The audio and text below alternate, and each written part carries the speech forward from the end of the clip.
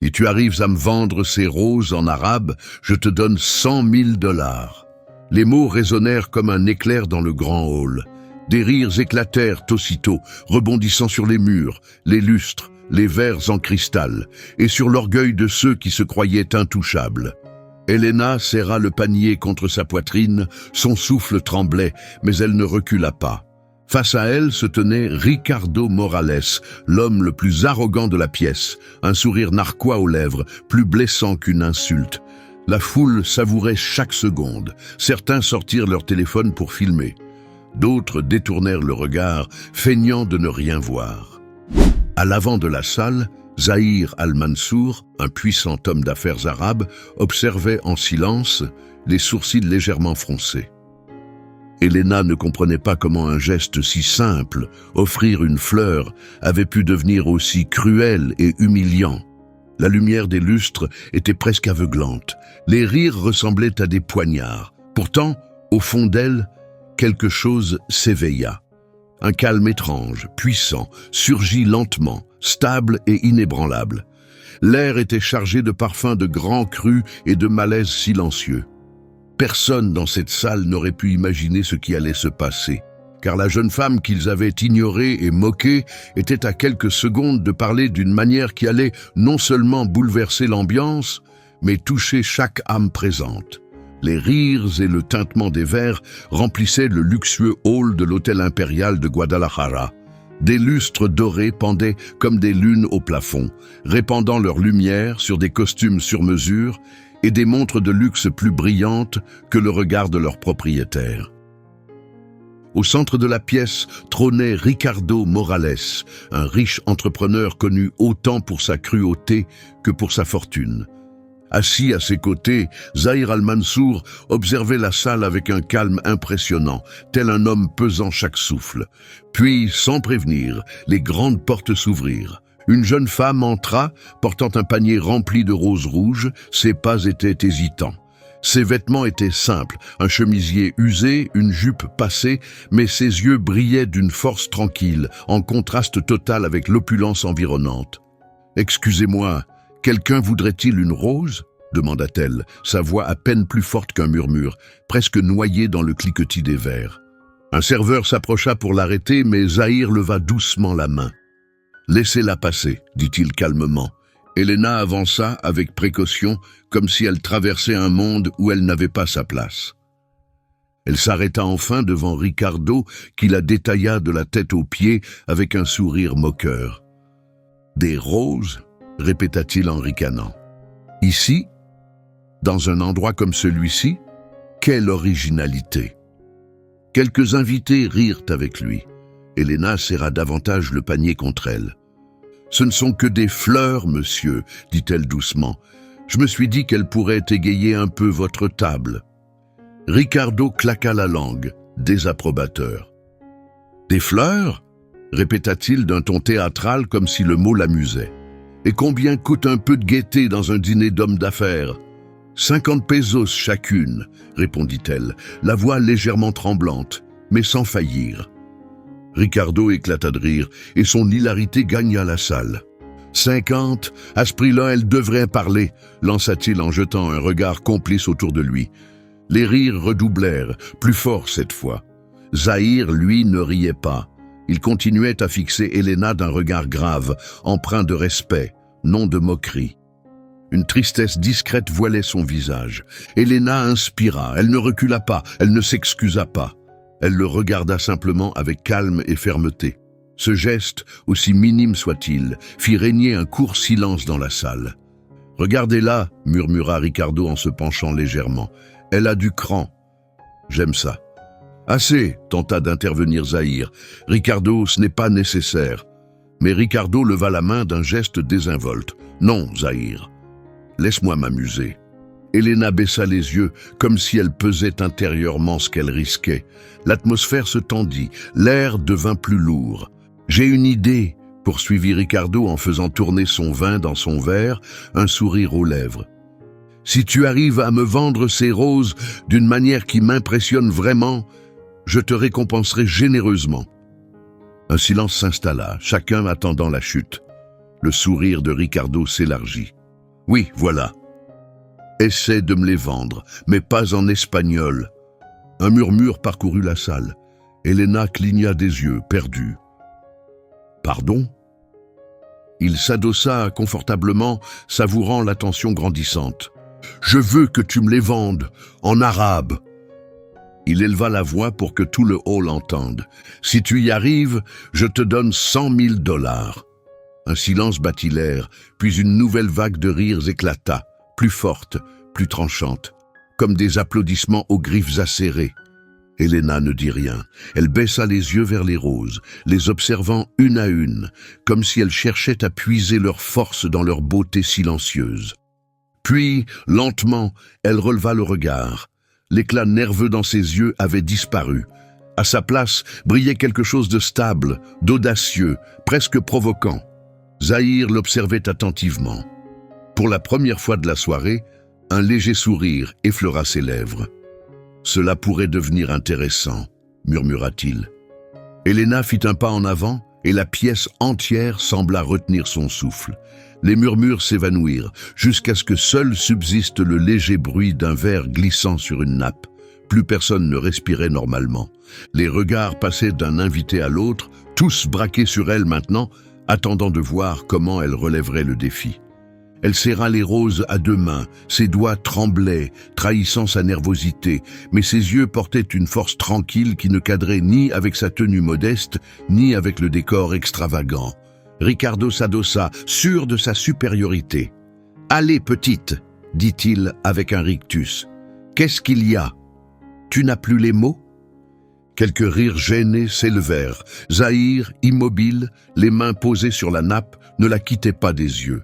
Il y avait dans son calme quelque chose de familier, comme un souvenir lointain revenu soudainement. Elena inspira profondément. « Monsieur, dit-elle doucement mais clairement, je ne suis pas certaine que vous compreniez ce que vous me demandez. Une langue n'est pas un outil de moquerie. » Ricardo ricana. « Je ne veux pas de leçons. Je veux juste voir si tu en es capable. Ce n'est qu'un jeu. » Elle ne répondit pas. Elle posa simplement le panier et prit délicatement une rose. Sa tige verte tranchait avec le blanc immaculé de la nappe. Une goutte de rosée roula sur un pétale et tomba sur la table comme une larme qu'on refuse de cacher. Zahir suivait chacun de ses gestes. « Les jeux révèlent souvent plus que ce qu'on imagine », murmura-t-il, presque pour lui-même. Ricardo fronça les sourcils. « Quoi ? » ?»« Rien !» répondit Zahir avec un léger sourire. « Juste que la beauté fleurit souvent là où on ne l'attend pas. » Elena leva les yeux vers lui. Cette remarque lui donna quelque chose, comme une étincelle discrète de dignité. Pendant un instant, la peur se transforma en détermination. Une femme à la table, vêtue d'une soie rouge éclatante, intervint avec mépris. Si elle n'y arrive pas, qu'elle s'en aille. On a déjà assez perdu de temps. Elena serra la rose dans ses doigts. Les épines lui piquèrent la peau, mais elle ne lâcha pas. « Vous savez, » dit-elle en regardant la femme droit dans les yeux, « je ne suis pas venue ici pour demander quoi que ce soit. Je suis venue offrir quelque chose de beau, mais parfois, les gens oublient comment reconnaître la beauté. » Un silence pesant tomba sur la table. Un serveur s'immobilisa, un plateau en l'air. Ricardo se tortilla sur son siège, visiblement troublé par ces mots et la façon dont elle les avait prononcés. « Très poétique », lança-t-il, moqueur. « Mais la poésie ne paie pas les factures. Allez, montre-nous ce que tu sais faire. En arabe, n'oublie pas, c'était le deal. » « Ce n'est pas ce que tu avais dit au départ », ajouta doucement Zahir, sans détourner les yeux d'Elena. Ricardo se tourna vers lui. « Oui, oui, bien sûr. Si elle me vend la rose en arabe, elle reçoit 100 000 $. Ces mots résonnèrent de nouveau dans la salle, plus fort, comme un défi lancé. Elena regarda la rose, puis Zahir, dont le regard bienveillant lui offrit un soutien silencieux. Elle bougea à peine, inspira profondément et fit un pas en avant. « Alors écoutez bien, dit-elle d'une voix désormais assurée. » Les chuchotements s'éteignirent, l'air devint immobile, chargé. Elena leva la rose devant sa poitrine et ouvrit la bouche. Mais juste au moment où elle commençait, un verre glissa des mains de quelqu'un et se brisa au sol. Tous se tournèrent vers le bruit, mais elle ne broncha pas. Ses yeux restèrent fixés sur Ricardo patientement. Zahir posa ses mains sur la table, esquissant un sourire. « Voilà, murmura-t-il, le vrai courage, il ne demande jamais la permission. » Et alors, elle parla. Les premiers mots jaillirent de ses lèvres comme une mélodie oubliée, douce, mais inébranlable. « As-salam la yushtara bidahab bal bil qalb » Les yeux de Zahir s'illuminèrent d'émerveillement.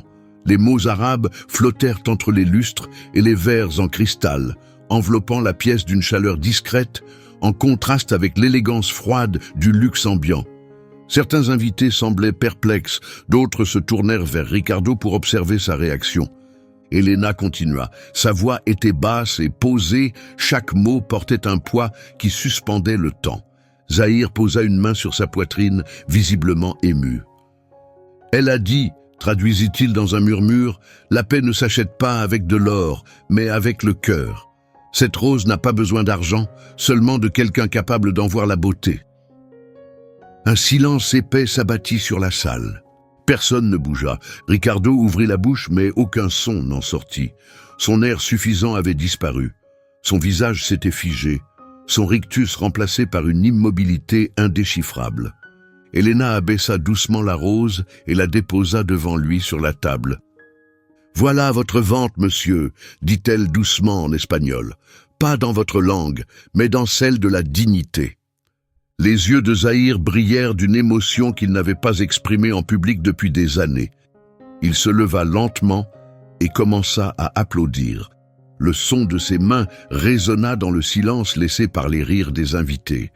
Un à un, les autres commencèrent à l'imiter, sans tout comprendre, mais conscients qu'un moment important venait d'avoir lieu. Ricardo restait immobile, incapable de bouger. Son visage était marqué par une honte qu'il ne pouvait dissimuler. Zahir s'approcha d'Elena et lui parla en arabe. « Où as-tu appris à parler si couramment ?» demanda-t-il avec un respect sincère. Elle esquissa un sourire. « De quelqu'un qui m'a appris bien plus que des mots », répondit-elle en arabe parfait, le surprenant encore davantage. Ricardo les regardait, incapable de comprendre leur échange, mais sentant que quelque chose en lui venait de se fissurer. « C'est impossible, » murmura-t-il. « Comment peux-tu parler ainsi ?» Elena croisa son regard, sans colère, mais avec une sérénité qui transperçait. « Vous m'avez demandé de vendre une rose en arabe.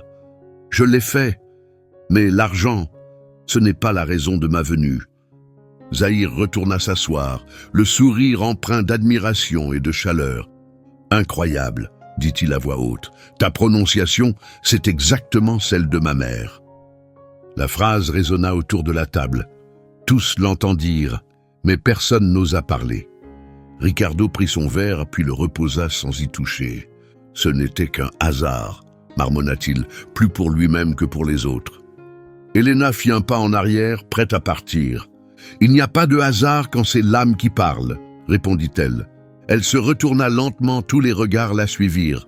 En passant près de Zahir, celui-ci se leva de nouveau et s'inclina légèrement, en signe de respect.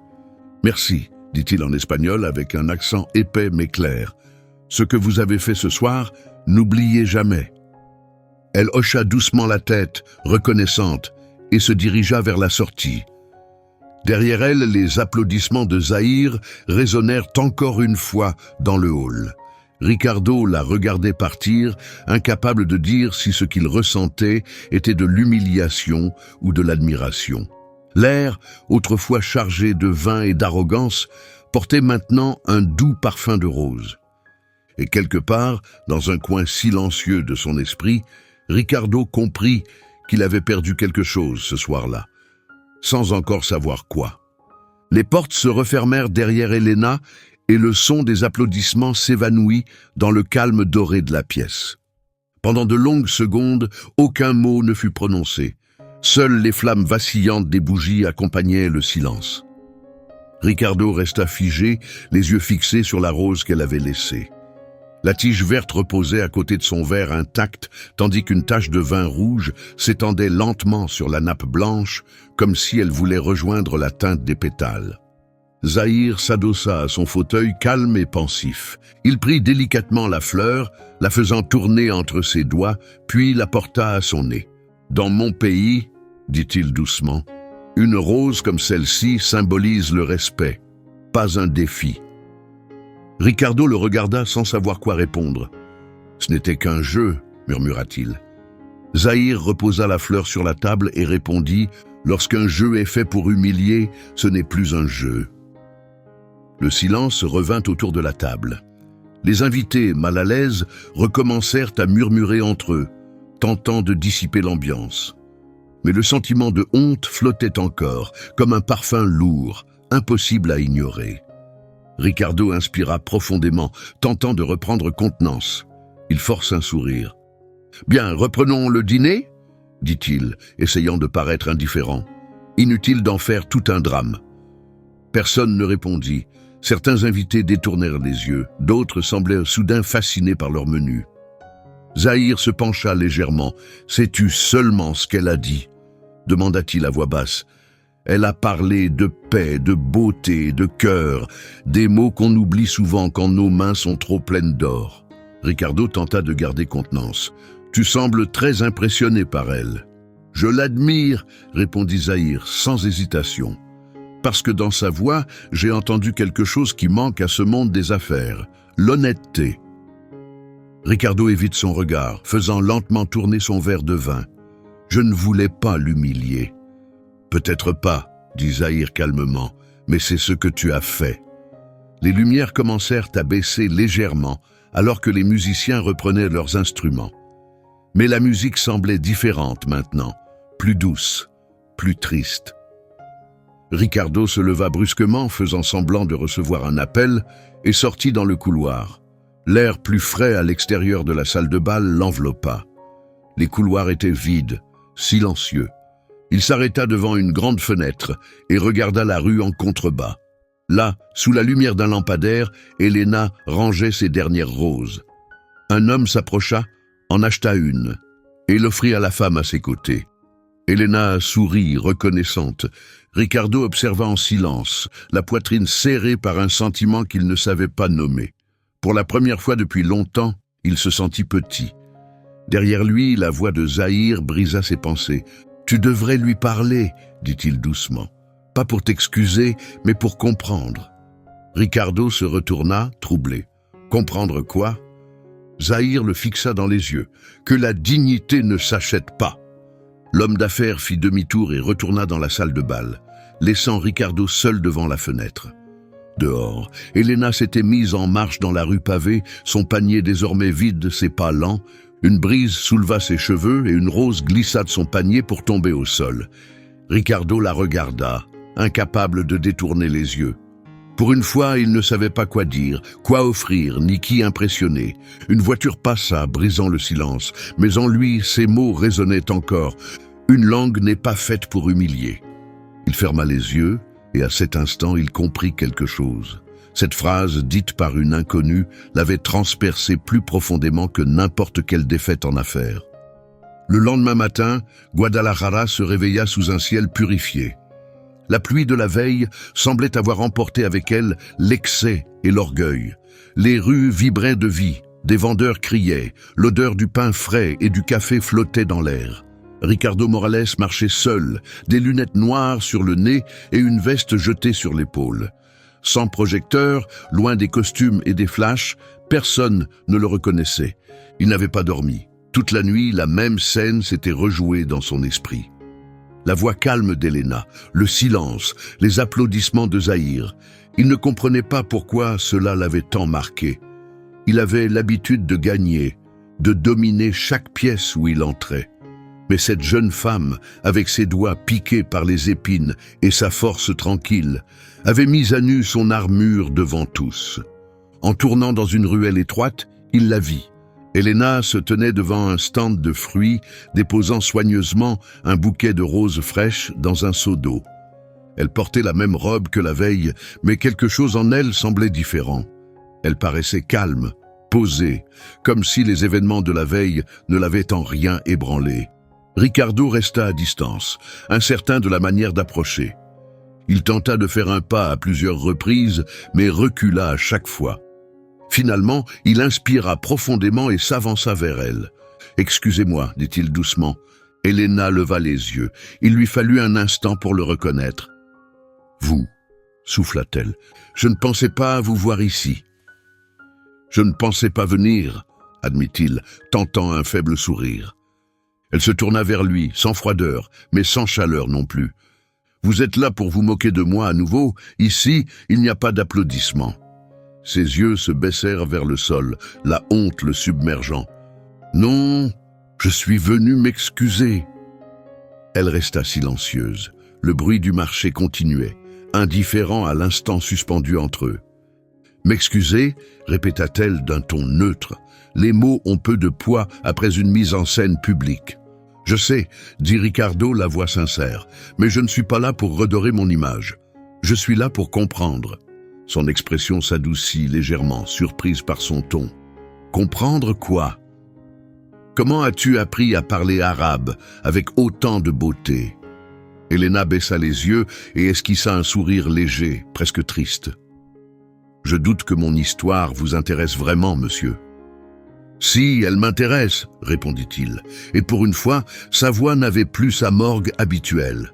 Sincèrement. Un calme silencieux les enveloppa. Elle regarda les roses, puis à nouveau vers lui. « Pendant des années, j'ai pris soin d'une femme âgée, » dit-elle doucement. Elle venait de Jordanie, seule, sans famille. Elle m'a engagé pour l'aider avec ses médicaments, sa maison et sa solitude. Ricardo écoutait avec attention, sans l'interrompre. Elle n'avait pas beaucoup d'argent, mais elle avait des histoires, poursuivit Elena. Elle m'a appris sa langue, ses prières, les chansons de sa jeunesse. Elle disait toujours que lorsqu'on apprend une autre langue, on ouvre une porte vers l'âme de quelqu'un. Elle s'arrêta, son regard se perdant au loin. Quand elle est morte, elle ne m'a laissé qu'un cahier, écrit entièrement en arabe. Je l'ai lu si souvent que j'ai commencé à rêver dans sa langue. Ricardo sentit quelque chose se serrer dans sa poitrine. Pour la première fois, il n'avait rien à dire. « Vous ne me devez rien, » dit Elena calmement, brisant le silence. « Souvenez-vous simplement que le respect vaut bien plus que l'argent. » Un camion passa, se mêlant au bourdonnement du marché. Ricardo baissa les yeux vers les roses, se rappelant celles laissées sur la nappe blanche. « Combien pour une ?» demanda-t-il doucement. Elle hésita, puis sourit avec sincérité. « 50 pesos. » Comme toujours.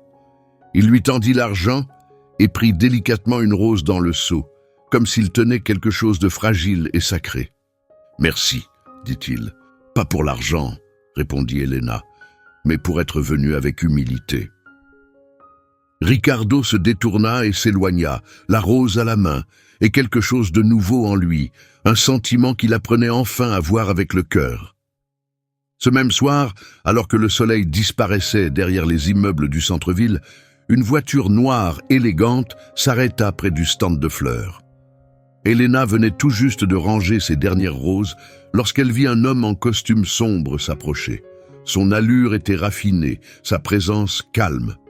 « Pardonnez cette surprise, » dit-il d'une voix douce. « J'ai demandé à quelqu'un de l'hôtel de m'aider à vous retrouver. Je ne pouvais pas partir sans vous parler. » Elena cligna des yeux, prise au dépourvu. « À moi ?» demanda-t-elle. « Je pensais avoir eu assez d'attention pour une seule soirée. » Zahir sourit avec bienveillance. Ce n'était pas un spectacle, c'était une leçon. Elle resta silencieuse, peu habituée à être abordée avec autant de respect. « Je voulais vous demander quelque chose, » poursuivit-il. « Hier soir, quand vous avez parlé arabe, vous avez récité une phrase que ma mère répétait souvent. La paix ne s'achète pas avec de l'or, mais avec le cœur. Où l'avez-vous entendu ?» L'air sembla suspendre son souffle. Elena inspira doucement. « D'une femme nommée Samira, » dit-elle. « Je me suis occupé d'elle pendant plusieurs années. Elle venait de Jordanie. » Les yeux de Zahir s'écarquillèrent. Il fit un pas en avant, bouleversé. « Samira al-Hamdan » demanda-t-il presque dans un souffle. Elena hocha lentement la tête. « Oui, je l'ai connue. Zahir pose une main sur son cœur. C'était ma tante. Je ne l'avais pas revue depuis 20 ans. Ma famille a perdu contact quand elle a décidé de rester au Mexique. Un silence sacré passa entre eux. Elena baissa les yeux, émue. Elle ne parlait jamais de vous, dit-elle doucement, mais elle disait toujours qu'elle avait un neveu qui avait hérité de sa force.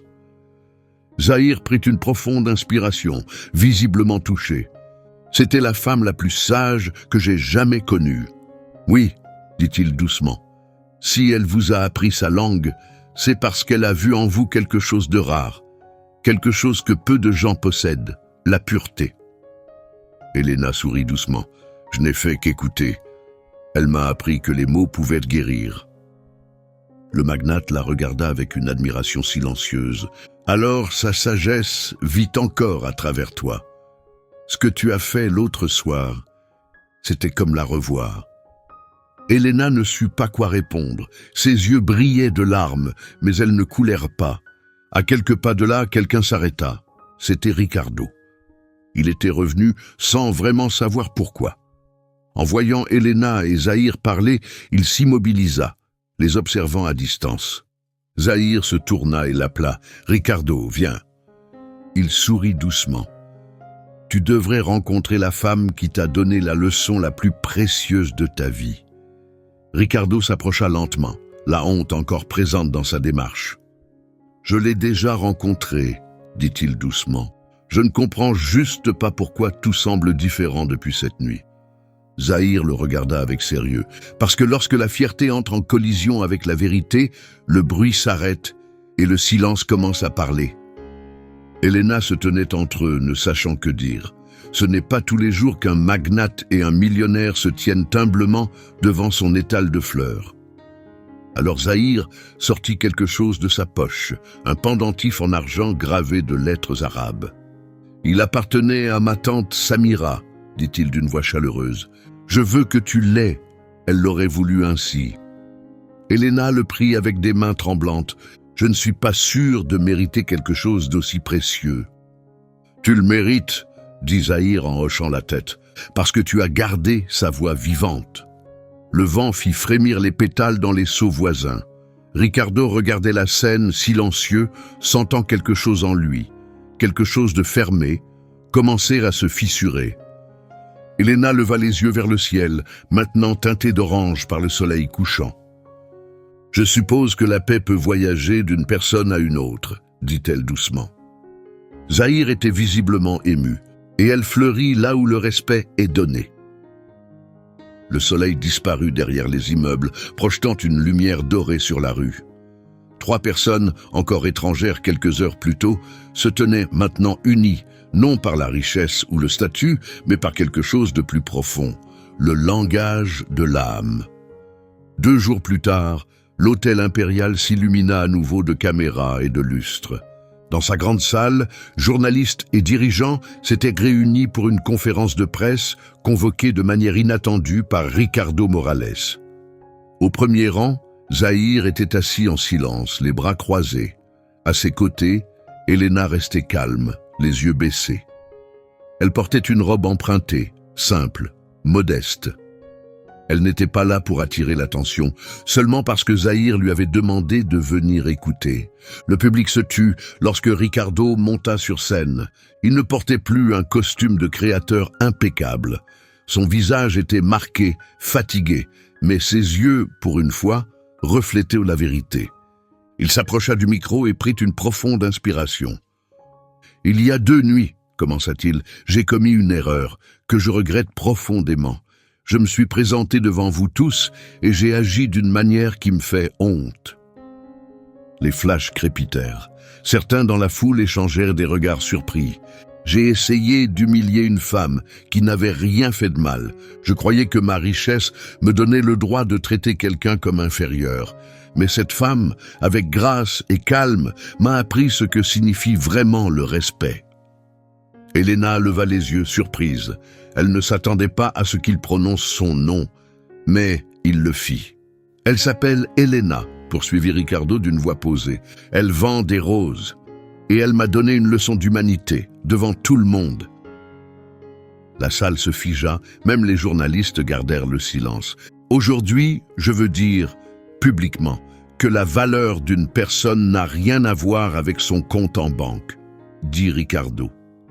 Je l'ai appris tard, mais je l'ai appris, et je veux présenter mes excuses, pas seulement à elle, mais à tous ceux que j'ai pu traiter avec arrogance ou indifférence. Zahir expira, un léger sourire aux lèvres. Elena bougea légèrement sur sa chaise. Elle sentait tous les regards sur elle, mais cette fois, ce n'était pas du jugement. C'était autre chose, c'était sincère. Ricardo descendit de la scène et traversa les rangées jusqu'à elle. Il se tint devant elle et lui tendit la main. « Je ne m'attends pas à ce que tu me pardonnes, » dit-il d'une voix basse, rien que pour elle. « Je voulais juste que le monde sache que j'avais tort. » Elena regarda sa main puis le regarda lui. Elle ne la saisit pas tout de suite. « Les mots sont beaux, » murmura-t-elle, « mais ce sont les actions qui changent vraiment les gens. » Il hocha la tête humblement. « Alors laisse-moi te le prouver. » Se tournant vers la foule, il éleva la voix. « J'ai décidé de faire un don de 100 000 $, le même montant que j'ai proposé cette nuit-là, pour soutenir les femmes qui travaillent dans la rue, mais seulement si elles acceptent de diriger le projet. » Il regarda Elena et toute la salle se tourna vers elle. Une vague de murmures parcourut le hall. Les caméras crépitèrent, capturant chaque expression. Elena fixe Ricardo stupéfaite. « Tu veux que je le dirige ?» demanda-t-elle, n'en revenant pas. « Tu sais ce que c'est que de se battre avec dignité ?» répondit Ricardo. « C'est tout ce qu'il faut. » Le silence devint plus lourd dans la salle.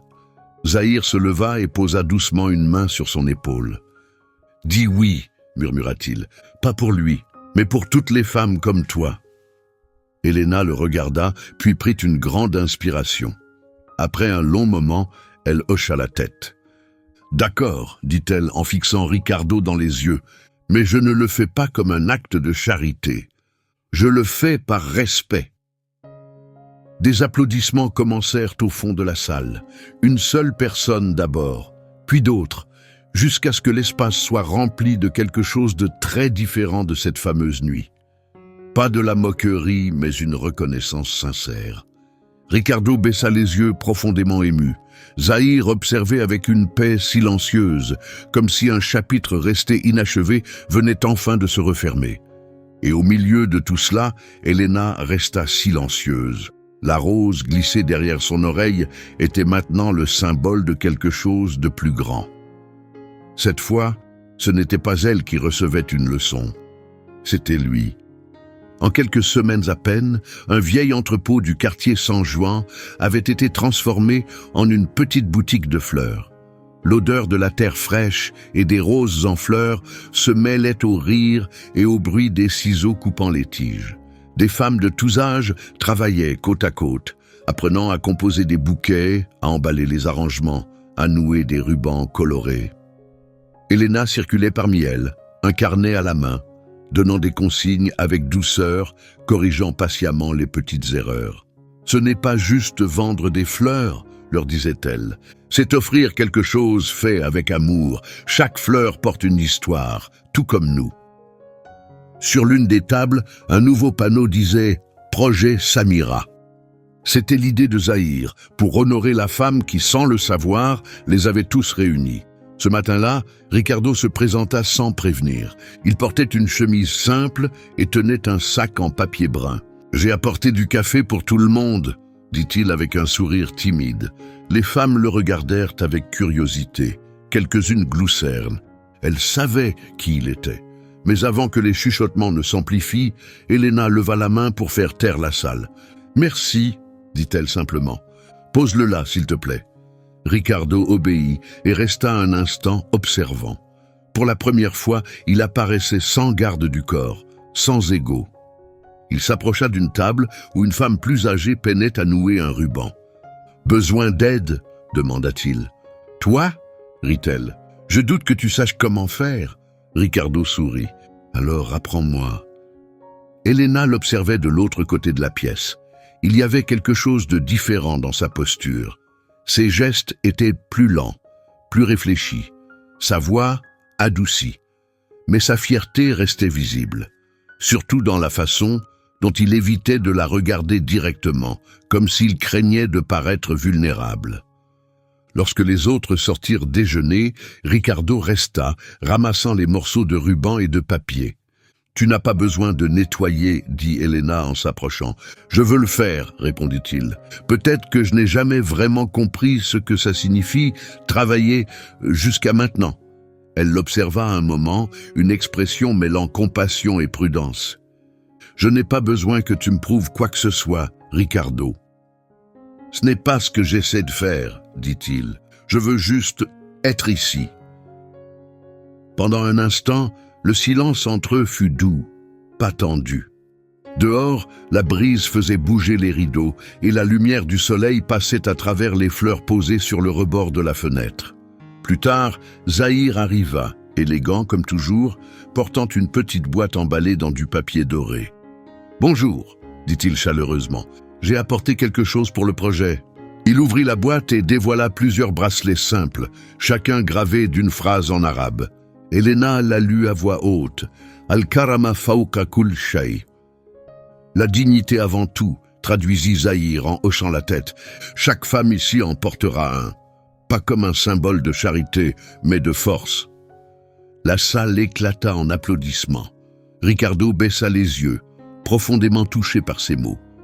Après le départ de Zahir, Elena s'approcha de Ricardo. « Pourquoi reviens-tu sans cesse ?» demanda-t-elle doucement. Il soutint son regard sans hésitation.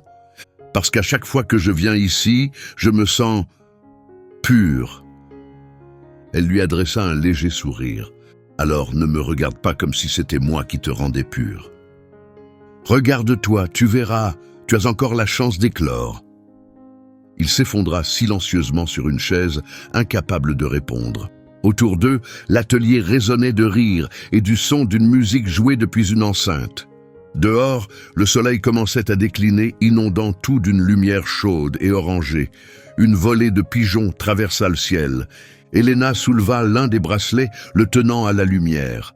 Son message scintillait comme un murmure. « Dignité. C'est ce qu'elle voulait qu'on retienne. » dit Elena. Ricardo écouta en silence, sans l'interrompre. Et dans ce calme, quelque chose changea en lui. Il comprit enfin que la véritable richesse ne se trouvait pas dans les comptes bancaires, mais dans la paix que l'on ressent lorsqu'on regarde quelqu'un dans les yeux sans honte. L'atelier du projet Samira était devenu une affaire nationale. Les journaux locaux racontaient l'histoire d'un petit miracle, un groupe de femmes transformant des fleurs en espoir.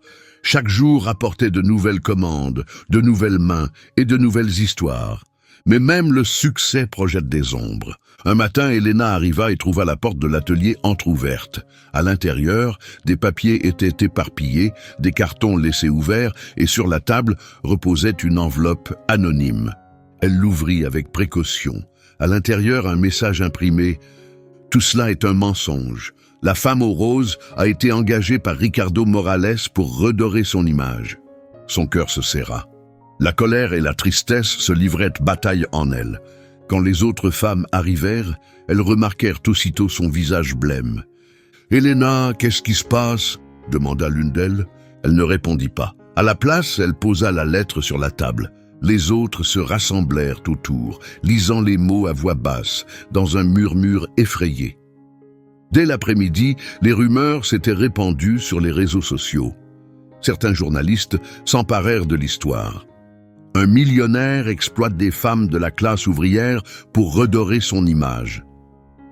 Elena se sentait déchirée, trahie. Ricardo avait changé. C'était évident. Mais jusqu'où avait-il vraiment changé? Ce soir-là, l'atelier était vide. Elle resta seule, assise parmi les roses. La lampe suspendue oscillait doucement, projetant des ombres longues et vacillantes sur les murs. Elle saisit le pendentif en argent que Zahir lui avait offert et le serra entre ses doigts. « Si tu es là, Samira, murmura-t-elle, donne-moi de la force. » Puis le grincement d'une porte la fit sursauter. C'était Ricardo. « J'ai lu ce qu'ils disent, » dit-il d'une voix basse et posée. « Je ne sais pas qui a lancé ça, mais je te jure, ce n'est pas moi. » Elena se leva. « Et pourquoi devrais-je te croire ? » « Parce que je n'ai rien à gagner à mentir. » dit-il, la voix tremblante. Je n'ai plus besoin de sauver mon image, Elena. Tout ce que je voulais, c'était construire quelque chose de vrai, avec toi, avec elle. Elle scruta ses yeux. Cette fois, il n'y avait pas de masque, juste de la vulnérabilité. « Alors, que vas-tu faire maintenant ?» demanda-t-elle. Ricardo prit une profonde inspiration. « Je vais parler. Peu importe ce que ça me coûte. Si mon nom doit tomber, qu'il tombe. » Le lendemain matin, la salle de presse de l'hôtel se remplit une fois de plus. Les caméras crépitaient, les journalistes chuchotaient. Zahir se tenait au fond de la pièce, les bras croisés, le regard calme mais attentif. Ricardo monta sur scène sans hésiter. « Ils disent que ce projet est une imposture, commença-t-il, que je l'ai créé pour protéger ma réputation. » Des murmures parcoururent la foule. « Je ne fuirai pas mon passé, poursuivit-il. J'ai été arrogant, j'ai blessé des gens. » Il s'arrêta et regarda vers le public, son regard se posa sur Elena. « Mais ça, ce n'est pas mon œuvre. C'est venu d'une femme qui a refusé d'être humiliée. Elle m'a changé, sans jamais rien demander en retour. » Elena se tenait silencieusement dans la foule, la tête baissée, mais le cœur ouvert. Elle n'avait pas besoin de traduction, elle sentait la vérité dans sa voix. « Si cet atelier existe, dit Ricardo, ce n'est pas grâce à mon argent. C'est grâce à sa force et à celle de chaque femme qui y travaille. » La salle devint parfaitement silencieuse. Puis, des applaudissements éclatèrent, cette fois sans hésitation. Certains se levèrent, d'autres essuyaient leurs larmes. L'histoire venait de changer encore une fois. Les gros titres suivirent rapidement. Le millionnaire qui a appris à demander pardon. En quittant la salle, Ricardo trouva Elena qui l'attendait près de la porte. « Tu n'étais pas obligé de parler, dit-elle. Personne ne t'a forcé à me défendre. » Ricardo sourit, fatigué mais sincère. « Je ne l'ai pas fait pour toi. Je l'ai fait pour ce que tu m'as appris, que la vérité n'est pas une chose qu'on négocie. » Elle le regarda un instant, puis, pour la première fois, elle lui tendit la main. « Alors continuons à construire, » dit-elle doucement, « mais seulement avec respect. » Ricardo prit sa main avec douceur. « Avec respect, » répéta-t-il. De loin, Zahir les observait avec une fierté silencieuse. Il savait que l'héritage de Samira vivait, non seulement dans les souvenirs, mais à travers les actes. Les mois passèrent, le projet Samira grandit bien au-delà de ce qu'ils avaient imaginé. Les murs de l'atelier fleurissaient de couleurs, chaque bouquet était un morceau d'histoire. Et au centre de tout cela se trouvait une femme qui autrefois ne vendait que des roses. À présent, elle offrait quelque chose d'encore plus puissant, la dignité. Chaque semaine, de plus en plus de femmes des quartiers voisins arrivaient à l'atelier. Certaines cherchaient du travail, d'autres du réconfort, et d'autres encore simplement une oreille attentive. Elena marchait parmi elles avec une confiance tranquille. Elle n'était plus la vendeuse timide. Elle était devenue une leader respectée. Les mains qui offraient autrefois des fleurs apprenaient maintenant aux autres à planter l'espoir. Sur une table reposait une nouvelle photo. Elena, Ricardo et Zahir, souriant devant leur première grande commande internationale. Derrière eux, une enseigne disait « La dignité fleurit lorsqu'on l'arrose avec respect ». Ce matin-là, le téléphone de l'atelier sonna. Elena décrocha et dès qu'elle reconnut la voix, elle sourit. « Zahir », dit-elle surprise, « je ne m'attendais pas à ton appel. »« Je n'avais pas de raison particulière, » répondit doucement le magnate. « Je voulais simplement entendre ta voix. Je suis de retour dans mon pays, mais pas un jour ne passe sans que je pense à ce que j'ai appris là-bas. Ma tante serait fière de toi. » « J'ai appris bien plus que ce que j'ai donné, » répondit Elena. « Alors merci, dit-il, de m'avoir permis de croire en quelqu'un quand plus personne n'y croyait. »« Ce n'était pas de la croyance, » ajouta-t-il avec chaleur, « c'était de la foi. » Ils terminèrent l'appel dans la gratitude. En raccrochant, Elena sentit quelque chose en elle se refermer, comme un cercle accompli. Plus tard, cet après-midi-là, Ricardo entra portant une boîte en bois dans les bras. « Qu'est-ce que c'est » demanda-t-elle. « Le dernier paiement du contrat avec l'hôtel, » répondit-il. Là où tout a commencé. Je veux le donner au projet. Elena secoua doucement la tête. Tu as déjà fait plus qu'assez, Ricardo. Non, dit-il avec un sourire discret. Je commence à peine à comprendre ce que signifie vraiment donner. Et donner, ce n'est pas toujours de l'argent. Il ouvrit la boîte. À l'intérieur se trouvait le carnet de Samira, restauré, traduit et relié avec soin. Zahir m'a aidé à le traduire entièrement, expliqua-t-il. Nous voulions que tu l'aies ainsi pour que sa voix ne s'éteigne jamais. Elena le prit entre ses mains, les larmes aux yeux. Merci, murmura-t-elle. Pas seulement pour le livre, mais pour avoir tenu une promesse qu'elle avait un jour rêvée. Ricardo observa l'atelier, rempli de mouvements et de couleurs. « Tu sais, Elena, dit-il doucement, la première fois que je t'ai vue, cette nuit-là, je pensais que tu n'étais qu'une vendeuse de fleurs. » Il fit une pause. « Maintenant je sais, tu étais la professeure que la vie m'avait envoyée. » Elena rit, essuyant une larme. « Et toi, dit-elle, tu étais l'élève qui devait tomber pour pouvoir grandir. » Ils partagèrent un rire discret, sans amertume, seulement de la compréhension. À ce moment-là, une petite fille s'approcha tenant une rose. « Mademoiselle Elena, dit-elle timidement, celle-ci a poussé à partir de la tige que tu as plantée il y a des mois. » Elena la reçut avec soin. La fleur était plus profonde, plus rouge que toutes les roses qu'elle avait vues. « Alors va la replanter, petite. » dit-elle avec un sourire, pour que la beauté revienne toujours là où il y a eu de la douleur. La fillette courut vers le jardin et la lumière dorée envahit l'atelier. Ricardo resta silencieux, ému. « Tu sais, dit-il après une pause, maintenant je comprends ce que tu voulais dire cette nuit-là, quand tu as dit que le langage n'était pas fait pour humilier. C'est le langage de l'âme qui change tout. » Elena croisa son regard, ses yeux remplis de grâce. Et l'âme ne s'épanouit que lorsqu'elle apprend à pardonner. Il hocha lentement la tête. « Tu me pardonnes, alors ?» Elle sourit doucement. « Je t'ai déjà pardonné, Ricardo, au moment où tu as cessé de te moquer de moi. » Dehors, une brise traversa le jardin, faisant frémir les fleurs. Les pétales bougeaient comme si la nature elle-même applaudissait. Elena referma le livre de Samira, le posa délicatement sur la table et regarda autour d'elle.